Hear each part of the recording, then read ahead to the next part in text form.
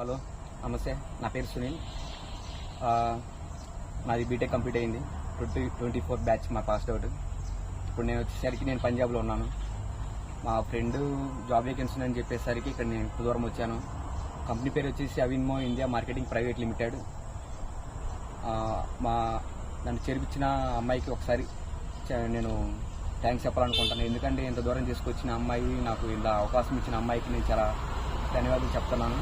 ఇప్పుడు మన అవిన్మో కంపెనీ గురించి చెప్పాలనుకుంటే, ఈ కంపెనీ యొక్క మెయిన్ వచ్చేసి ప్రొడక్ట్స్ ఉన్నాయి 3. ఆ ప్రొడక్ట్స్ ఏమిటంటే గార్మెంట్స్, యాక్సరీస్, కాస్మెటిక్స్. ఇప్పుడు మన కంపెనీ వచ్చేసి గార్మెంట్స్ మన రన్నింగ్ అవుతుంది.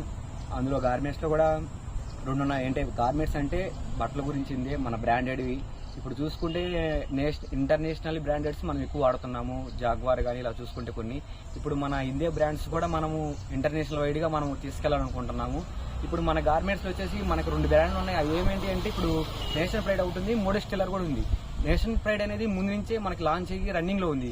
ఇప్పుడు నెక్స్ట్ ఫ్యూచర్లో వచ్చేసి మనకి మోడెస్టెల్లర్ అనేది ఫ్యూచర్లో కూడా మనకి బ్రాంచ్ ఓపెన్ చేయాలని కంపెనీ వాళ్ళు ప్లాన్ చేస్తున్నారు.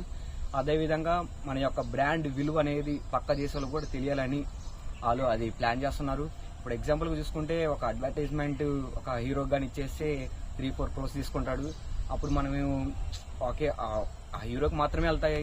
అదే ఇలాగా ఒక టీం వర్క్ పెట్టుకొని, ఒక సిస్టమ్ పెట్టుకొని, ఒక డిజిటల్ సిస్టమ్ మెయింటైన్ చేసుకుంటా ఇలాగా ఈ కంపెనీ వాళ్ళు ఇలాగ అన్ఎంప్లాయ్మెంట్ ఎవరైతే ఉన్నారో వాళ్ళకి ఇది ఒక ఛాన్స్ లాగా మనకి యూజ్ చేసుకోమని చెప్పేసి ఇలా మనల్ని ఇలాగా డిజిటల్ ఇలా రూపంలో మనకి ఇలాగ మన ఒక బ్రాండ్ అనేది ప్రమోటింగ్ చేయడానికి చూస్తున్నారు అన్ఎంప్లాయ్మెంట్ వరకు. నెక్స్ట్ వచ్చేసి ఈ కంపెనీలో 2 చెప్పేస్తాను, బ్రాండ్స్ అనేవి 2 చెప్పేస్తాను, ప్రొడక్ట్స్ కూడా చెప్పేస్తాను, గార్మెంట్స్ అని చెప్పేస్తాను. యాక్సరీస్ అనేవి అంటే షూ, బెల్ట్, టై ఇలాంటివి. అవి కూడా ఫ్యూచర్లో రావడానికని చూస్తున్నారు మ్యాక్సిమంగా. ఎందుకంటే ఇప్పుడు బట్టలు లేనిదే ఎవరు ఇప్పుడు ఉండట్లేదు. మనం ఎప్పుడైతే మనం ఎండ్ అవుతామో అప్పుడు ఆ బట్టలు అనేవి ఎండ్ అవుతాయి. ఇప్పుడు యాక్సరీస్ కూడా చూసుకున్నామంటే ఇవి కూడా సేమ్. మనం ఇప్పుడు ఫ్యూచర్ జనరేషన్ చూసుకుంటే టై, బెల్ట్ ప్రతి ఒక్కటి మనకు ఉపయోగమే.